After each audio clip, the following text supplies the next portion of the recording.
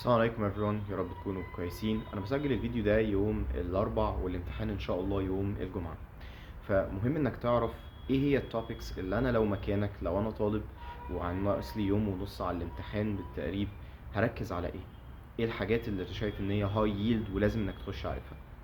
طيب، اكتر توبيك فريكوينت في الامتحان بدون منازع هو لوحده بيبقى عليه بدون مبالغة من ربع لتلت الامتحان هو البونكتويشن. من ربع لتلت الرايتنج سيكشن بيبقى عبارة عن punctuation questions بس. طيب، البونكتويشن questions اللي بتيجي ايه اكتر حاجات common فيها؟ نمبر 1 بيكون عندك الحاجات اللي related للفول ستوب والسيمي كولن والكوماز، يعني دول الثري ايتمز دول لوحدهم بيتسأل فيهم الماجوريتي اوف ذا questions اللي ليها علاقة بالبونكتويشن. ايه اكتر حاجة بتتسأل في الفول ستوب والسيمي كولن؟ I guess ان هم قتلوا بحثا يعني. طيب، ايه اكتر حاجة بتتسأل في الكوماز؟ اكتر حاجتين بيجوا في الكوماز، نمبر 1 الكوماز بالنسبة للليستس، لان الليستس ليها كذا اكسبشن لما تيجي على حسب يجي فيها كوما ولا سيمي كولن. يليها النون اسنشال، الحاجات اللي فيها نون اسنشال. وطبعا كومن جدا جدا انك انت تلاقيه بيسألك على punctuation of transitions. punctuation of transitions، فخلي بالك من دول بالذات.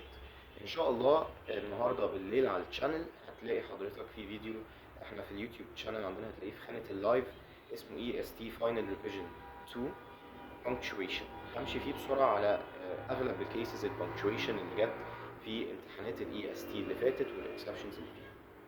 طيب، ايه التوبيك اللي بعد ده من حيث الفريكونسي ومن حيث الاهميه؟ في تو توبكس لازم تاخد بالك منهم جدا، الفيربز والبرونونز. الفيربز والبرونونز يبانوا ان هما توبكس هايفه، وهما فعلا مش توبكس صعبه، ومع ذلك بيجي فيهم يوجوالي من 6 ل7 اسئله يعتبر بالتقريب في امتحانات الاي اس تي. فحضرتك من ال 44 سؤال رايتنج، تخيل ان انا بقول لك ان في 7 اسئله مضمونين بالتقريب. انا لو مكانك ما ينفعش ان انا اخش الامتحان وانا مش عارف الفيربس والبرونونز كويس.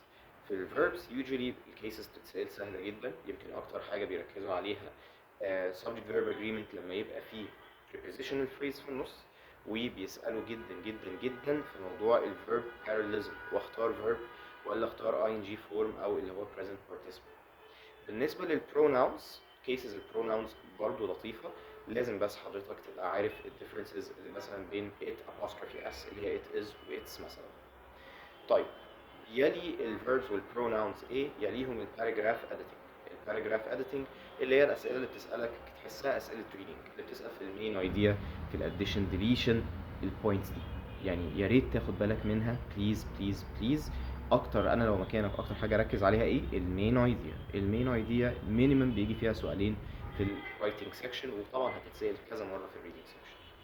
فده ترتيب الحاجات دي. باقي الحاجات بقى بتيجي بنسب قريبه من بعض، ما بتجيش كتير قوي الصراحه. انا لو مكانك، لو انت ركزت على التوبكس اللي انا لسه قايلها، البونكتويشن بالذات، البونكتويشن اللي قلنا عليه، احب بس ازود في البونكتويشن برضو، خد بصه سريعه كده على الكويستشن ماركس، خد بصه على البراكتس والكوتيشن ماركس نستخدمهم امتى، بس اعرف استخدامهم لان ساعات بيجي عليهم سؤال او اتنين في الامتحان.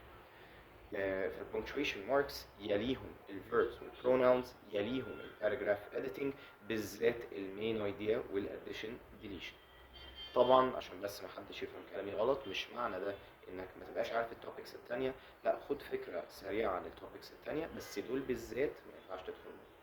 ربنا يوفقكم يا شباب، and I'll see you soon.